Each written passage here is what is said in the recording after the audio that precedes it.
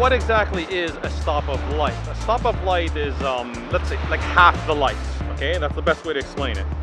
So if we're going at shutter speed 1/50, if we go to 1/100, that's double the speed, so it's half the light. So if we're stuck in video shooting at 1/50th and we want to see what a 6 stop of light will look like, we have to multiply it twice, 6 times.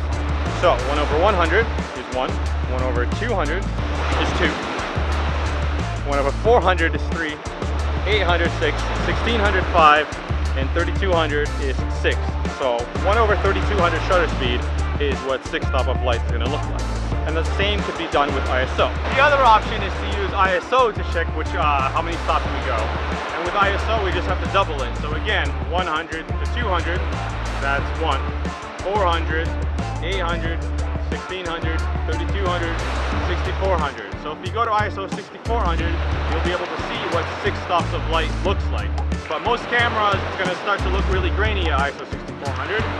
So we don't want to really shoot at that. So that's why we get the ND filter, the 6 stop ND filter.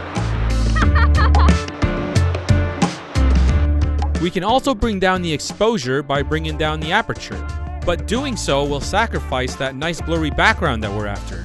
This is why it's nice to use that ND filter, because we could shoot at f1.4 in broad daylight and still have this nice creamy background look.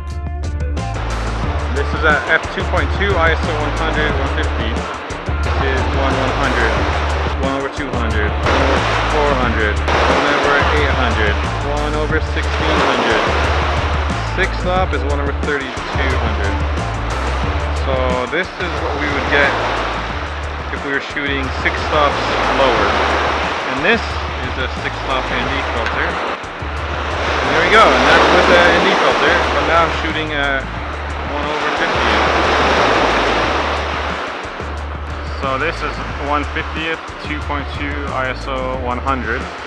But if I remove the ND filter, you can use this little math trick if you want to figure out if you're going to buy a 3 stop filter, a 6 stop filter, or a 10 stop filter. As you can imagine, a 10 stop filter will have crazy low settings. That's why when dealing with a 10 stop filter, we usually choose to adjust shutter speed instead of touching ISO or aperture. This will give us those long, silky smooth water shots, but that's for another video.